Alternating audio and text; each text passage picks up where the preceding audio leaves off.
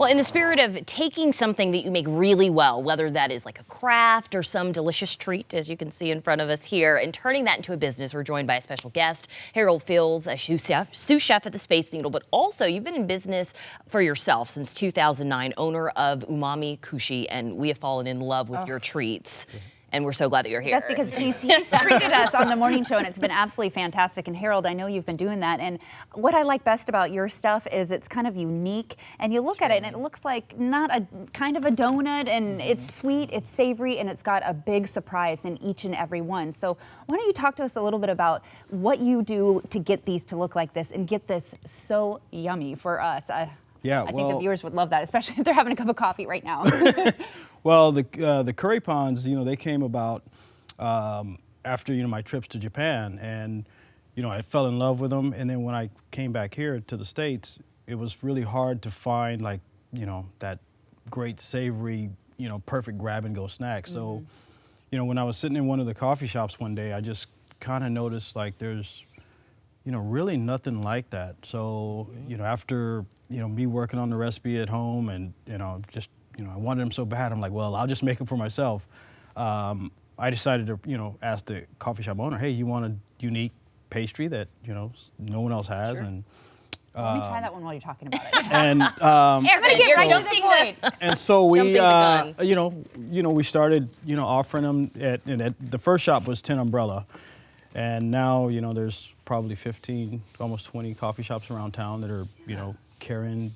Describe your style, because I know it's like a Japanese fusion, because some of them are savory, some of them are sweets, or like beignets. This is a salmon one that Aaron is eating that you can get at the Fish Guys. But so tell us about like how you make these. Well, they're all made by hand, so it's a fresh dough that I start with, and then I make the fresh dough typically before for every coffee shop that that orders them.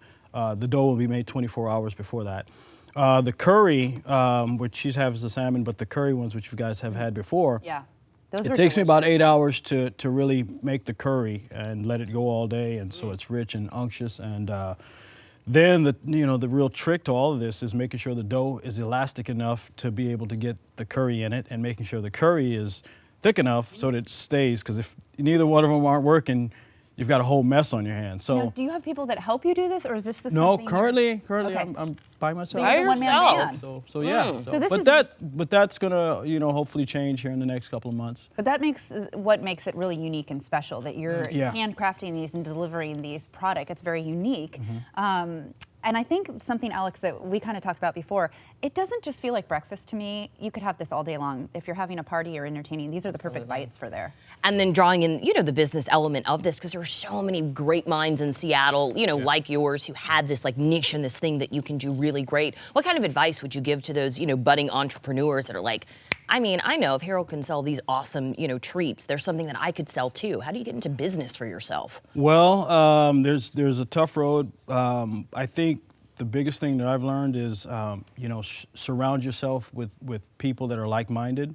And, the best advice that I've gotten is someone told me, you really got to be able to pivot.